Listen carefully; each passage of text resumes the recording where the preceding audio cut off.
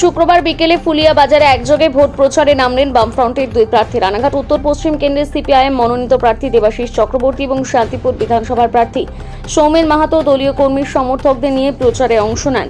ফুলিয়া বাজার ভৌগোলিকভাবে দুটি বিধানসভা কেন্দ্রের অন্তর্গত হওয়ায় এই এলাকায় একসাথে দুই প্রার্থীর উপস্থিতি বিশেষ তাৎপর্য বহন করে। প্রচারের সময় তারা স্থানীয় মানুষের সঙ্গে কথা বলেন, ভোটের আবেদন জানান এবং বিভিন্ন ইস্যুতে নিজেদের অবস্থান তুলে ধরেন।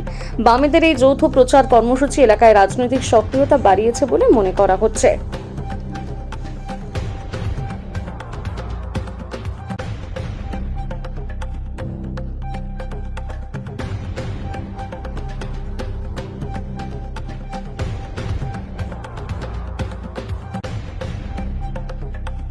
আপনাদের বার্তা থাকবে এবারের নির্বাচনে বাংলা বাঁচানোর লড়াই।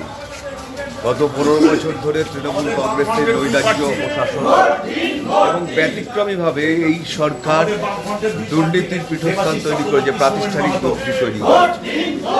সেই দুর্নীতির সাম্রাজ্যকে ভাঙতে হবে, ছেলে মেয়েদের কাজের ব্যবস্থা করতে হবে। একমাত্র বামপন্থীরাই উন্নত জীবন নিশ্চিতায়ের এবং সেই লক্ষ্যে এবারের লড়াই গণতান্ত্রিক অধিকার রক্ষায়, এবারের লড়াই শিক্ষাকে বাঁচানোর লড়াই, মজুরির দাবিতে লড়াই। আপনি তো রানাঘাট উত্তর পশ্চিম কেন্দ্রের যে দাঁড়িয়েছেন, রানাঘাটের জন্য কি বার্তা থাকছে আপনার? রানাঘাটের মানুষ সকলে পরিচিত।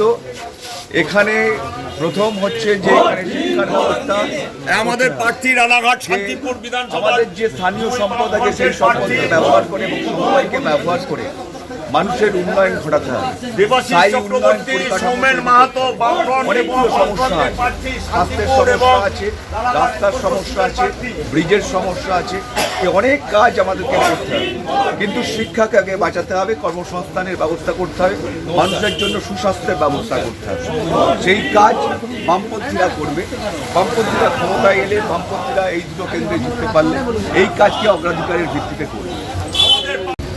আমরা নির্বাচন ঘোষণার সঙ্গে সঙ্গেই আমাদের প্রার্থী ঘোষিত হয়েছে এবং তারপর থেকেই আমরা প্রচারে নেমে পড়েছি। আজকে আমরা ফুলিয়া বাজারে এলাকায় একই সঙ্গে রানাঘাট উত্তর পশ্চিম এবং শান্তিপুর বিধানসভার দুই প্রার্থী আমাদের এই এলাকার আমাদের কর্মী সমর্থক দরদি নেতৃত্বদের সঙ্গে নিয়ে আমরা বাজার এলাকায় প্রচার অভিযান সংগঠিত করছি এবং অসংখ্য মানুষের সমর্থন পাচ্ছি ও উৎসাহের সঙ্গে মানুষ আমাদের গ্রহণ করছে। আমরা আশাবাদী যে এই নির্বাচনে শান্তিপুর এবং রানাঘাট উত্তর পশ্চিম কেন্দ্রের মানুষ আমাদেরকে নির্বাচিত করবে। জয়লাভ করে আসার পরে মানুষের জন্য কি কাজ করবেন আপনারা?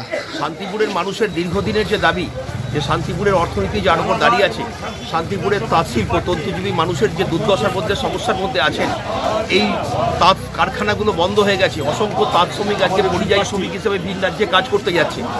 এই তাঁত শ্রমিকদের যে জ্বলন্ত সমস্যা, যা বিধানসভার অভ্যন্তরে বর্তমান এখানকার যে বিধায়ক তারা বিধানসভার অভ্যন্তরে কোনোদিন তুলে ধরেনি এবং আজকে শান্তিপুরে দাঁড়িয়ে হচ্ছে অসংখ্য আজকে পরিযায়ী শ্রমিক থেকে শুরু করে অসংখ্য শ্রমিক, কৃষক, মেহনতি মানুষের যে অবস্থা এবং যেভাবে হচ্ছে আজকে তোলাবাজি রাজত্ব গোটা রাজ্য জুড়ে সংগঠিত হয়েছে, তার বিরুদ্ধে মানুষকে সঙ্গে নিয়েই আমরা লড়াইয়ের ময়দানে আছি, মানুষকে সঙ্গে নিয়েই প্রতিবাদে আছি এবং এই কাজটাই আগামী দিনে বিধায়ক হিসেবে বিধানসভার অভ্যন্তরে দাঁড়িয়ে সংগঠিত করতে চাই।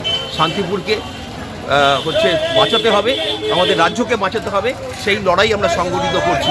যেভাবে লুট, সন্ত্রাস, নৈরাজ্যের পরিবেশ তৈরি হয়েছে, সেই জায়গা থেকে রাজ্যকে ফিরিয়ে আনতে হবে। বাংলাকে বাঁচাও, শান্তিপুরকে বাঁচাও, এই স্লোগানকে সামনে রেখে যে লড়াই সংগঠিত হচ্ছে, আমরা বিধায়ক নির্বাচিত হওয়ার পর সেই কাজটাই সংগঠিত করব।